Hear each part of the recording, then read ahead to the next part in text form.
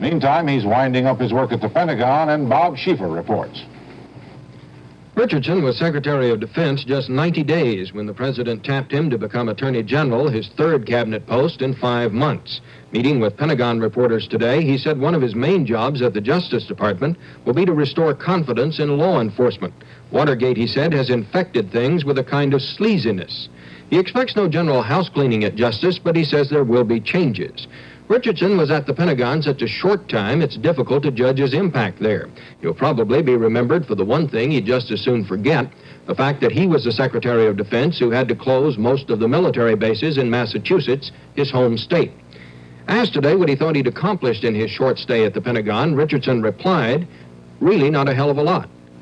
Bob Schieffer, CBS News, Washington. Maryland Republican Congressman William Mills apparently shot himself today, less than a week after public attention was focused on a secret campaign contribution to him from the Nixon Re-Election Committee. Larry Sarafin reports from Easton, Maryland.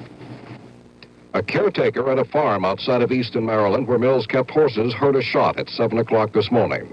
In the barn, he found Mills' body, a gunshot wound in the chest. There, too, a 12-gauge shotgun and a single spent shell. Washington associates asked about Mills' apparent suicide said he had been worried that the undisclosed $25,000 contribution would be associated with Watergate, that he was upset about newspaper stories on the subject, that he hated bad publicity and was even considering resigning. Interior Secretary Rogers Morton, for whom Mills served as an administrative assistant and then succeeded in Congress, set up the campaign payment through then Attorney General John Mitchell and the Finance Committee to re-elect the president. There's nothing improper about them putting funds and support into a congressional campaign. And you found nothing unusual about the manner in which it was done? No, the only unusual element in the manner in which it was done was that John Mitchell made it pretty clear to me it was a loan and that I'd better help raise some money so that it would be paid back in that sense. Did John Mitchell make it clear to you that these funds were not part of any type of secret fund? Well, we never discussed that because there weren't any. I mean, it was the Stands Committee. It was a committee which was operating in the full light of day. The last public statement Congressman Mills made regarding the campaign contribution was late yesterday to radio station WEMD in Easton. I wish to assure everyone that I have done nothing improper. I make it clear that I personally did not receive or disperse any money during my campaigns. This is the proper role for a candidate. Various sources say Congressman Mills left suicide notes. What those notes said is not known. And it is not known whether his tragic death was related to the campaign financing reports. But what one of his acquaintances calls the unfortunate timing of his death has left that impression even among his friends and defenders.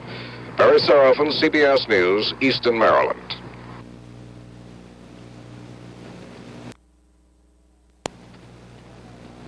The Skylab astronauts are to be launched tomorrow, and here is Walter Cronkite's report from the Kennedy Space Center in Florida. On the surface, all is going smoothly for one of the most remarkable exploits in America's manned space program, the effort to send up a crew to repair the crippled Skylab and then stay aboard for 28 days of scientific research.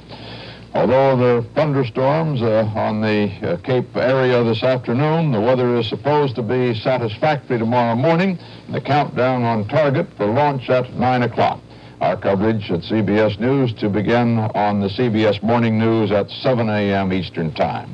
But even if they get off on the mark, the astronauts Pete Conrad, Dr. Joseph Kerwin, and Paul Weitz are going to be 10 days behind schedule. That's because of the accident moments after Skylab's launch here a week ago Monday that ripped away a heat shield and crippled the Space Lab's power plant. The heat problem apparently is more crucial than that power shortage, and what must be done is to erect a sunshade over the Skylab. Now, an umbrella device is going to be pushed through a small opening in Skylab, and then the umbrella deployed, opened up, and lowered down for a 22 by 24-foot cover here. Then, toward the end of the mission, Conrad and Kerwin, working outside the Skylab, will erect a longer-lasting shade for the following missions. With me here is William Schneider, the director of the Skylab program. I'm wondering, Mr. Schneider, why all the rush? It does seem that this has moved along a lot faster than most such things in the space program. Things don't seem to be being checked out as thoroughly as we're used to it in the past. The training of the astronauts have been really just a few days, only one day in that nearly zero-gravity tank in Huntsville. Why the rush? Won't that Skylab wait up there while we train these fellows a little better? Well, in the first place, we really do think we are ready to go. The vehicle right now is in what I classify as a controlled status. That is, it's not stable. It doesn't stay in any one condition by itself. The flight controllers in Houston and with the technical experts from Marshall are having to continually alter the orientation of the vehicle so that we can control the various temperatures. It's a very delicate balance between thermal balance and electrical power and attitude control, and they're continually having to change the vehicle. So we'd like to get up there as soon as we are ready, and we now think we are ready. I'd like to assure you that we haven't cut any corners. All of our documentation is there. We've examined all the materials, make sure that everything is right, and we have trained properly. Thank you very much, Mr. Schneider. So the launch team is confident. They predict that the shield will be erected all right, the temperature controlled, and a full 28-day mission flown. This is Walter Cronkite, CBS News, the Kennedy Space Center. Some of the nation's largest banks, with Chase Manhattan leading the way, today boosted their prime lending rate from 7 to 7.25%. It was the fifth such hike this year. Chase and other banks indicated their increases are linked to recent actions by the Federal Reserve Board to tighten the nation's money supply. The increases are not expected to raise interest rates on consumer and small business loans. The Nixon administration hasn't had much good economic news to report lately, but trade figures released today were so promising that Commerce Secretary Dent announced them himself 24 hours early. Dent said that in April, exports exceeded imports for the first time in 18 months, leaving the U.S. with a trade surplus of more than $196 million. The trade report helped today in sending the Dow Jones Industrials up more than 29 points on the New York Stock Exchange. It was the largest gain in the Dow since August 16, 1971, the day after Phase 1 started. Volume today was 17,300,000 shares. The average price per share gained $1.06 on the New York Exchange, 14 cents on the American. Second high-level British government official resigned today in the midst of what is being called the biggest sex scandal in Britain since the Profumo affair. Bill Plant reports from London. It all had a vaguely familiar ring about it. Lord Jellicoe, shown here in the business suit in this recent footage, leader of the House of Lords for Britain's ruling Conservative Party, resigned after admitting to what he termed casual affairs with call girls. It was just 10 years ago that John Profumo resigned from the cabinet after his relationship with a model by the name of Christine Keeler was exposed. But there is one big difference. Profumo at first lied to the House. Jellicoe apparently offered the information as soon as he was asked. Another peer, Lord Lambton, a junior official in the cabinet, resigned on Tuesday after attempts were made to blackmail him with photographs made in this luxury apartment in London's Maida Vale section, apparently the residence of a call girl.